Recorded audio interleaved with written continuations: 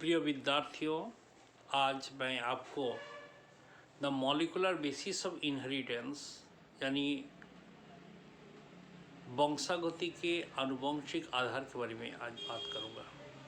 ना हम लोग जानते हैं जो वंशागति के जो आणविक आधार है वो डीएनए है। डीएनए के अंदर सभी प्रकार की जो सूचना व इंफॉर्मेशन है वो जमा रहते हैं, स्टोर रहते हैं, जो कि पीढ़ी दर पीढ़ी में संचरित होता है। सर्वप्रथम 1953 में जेम्स वाटसन और फ्रांसिस क्रिक ने पूरे विश्व को डीएनए का खोजकर एक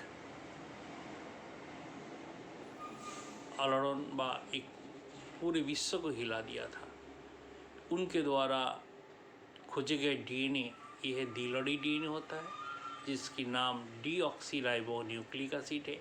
यहाँ आप उनकी जो स्ट्रक्चर्स पर संरचना है दिलोड़ी डीएनए का इन्होंने दिखा रहा है। यहाँ आपने दोनों जो व्यक्ति की फ़ोटो दिख रहा है वो है क्रिक और वाटसन की है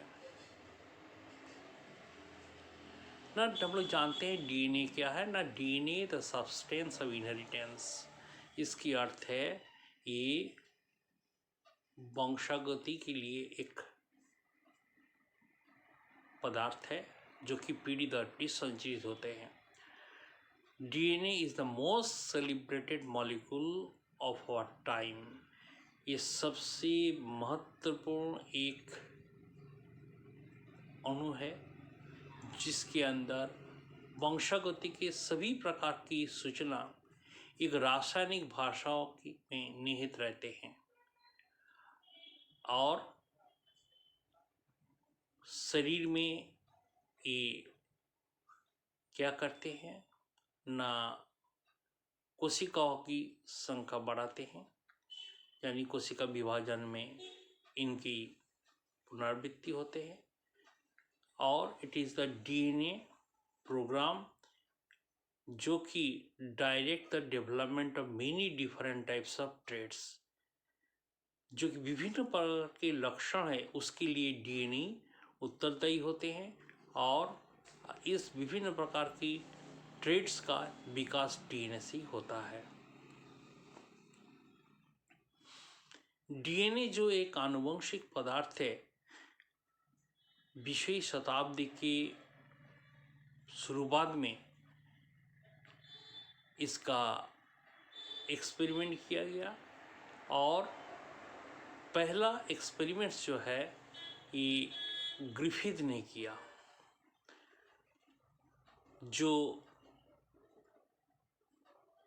हम लोग जानते हैं जो डीएनए जो है, हम बैक्टीरिया होते हैं उनके अंदर डीएनए पाया जाता है, वायरस होता है, डीएनए आरएनए दोनों उनके अंदर न्यूक्लियो वस्तु व जेनेटिक मटेरियल्स होते हैं और वायरस जो है ये बैक्टीरिया को संक्रमित कर सकते हैं।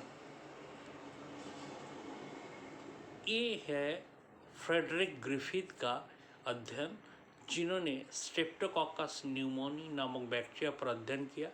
इस बैक्टीरियम का विशेषता है 2 प्रजाति स्ट्रेन्स में पाए जाते हैं और इनकी जो स्मूथ स्ट्रेन है वो स्तनियों में संक्रमण फैलाता है, जो कि पैथोजेनिक होते हैं। और नॉन पैथोजेनिक स्ट्रेन जो है हम लोग जानते हैं ये राफ स्ट्रेन होते हैं। यहाँ पर ग्रिफिथ ने ये एक्सपेरिमेंट चूहों पर किया था, जो कि उन्होंने ये पाया जो पहले इसमें क्या दिख रहे हैं आप यहाँ ना, यहाँ जो इस मतलब स्मूथ स्ट्रेन है ये संक्रमणकारी होते हैं और यहाँ जो देखो जैसे ही स्मूथ स्ट्रेन का अनुप्रवेश करा गया चूहों में तो क्या हुआ ना, ये कैप्सूल स्मूथ क्यों कहते हैं ना, इसके ऊपर कैप्सूल होते, कैप्सुलेटेड बैक्टीरिया है और चूहे मर गया।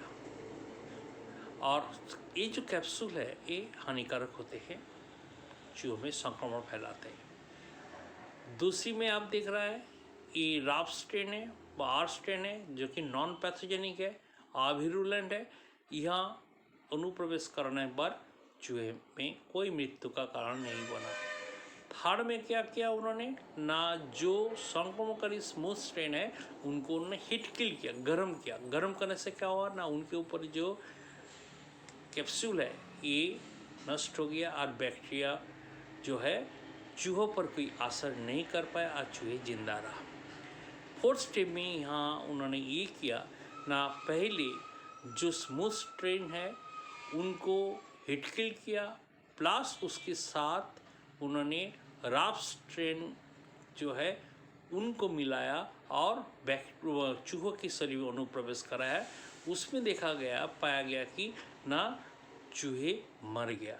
तो उनके मन में एक क्वेश्चन आया, वही प्रश्न उनके ये जगह, जो कैसे हीट किल्ड होने के बावजूद भी ये स्मूथ स्ट्रेन ये पैथोजेनिक हो गया। संभवतया जो इनके अंदर जो है ये रूपांतरण हुआ, जहाँ की रफ स्ट्रेन स्मूथ स्ट्रेन में परिवर्तित हो गया और ये जो है चूहों को मरने का कारण बना।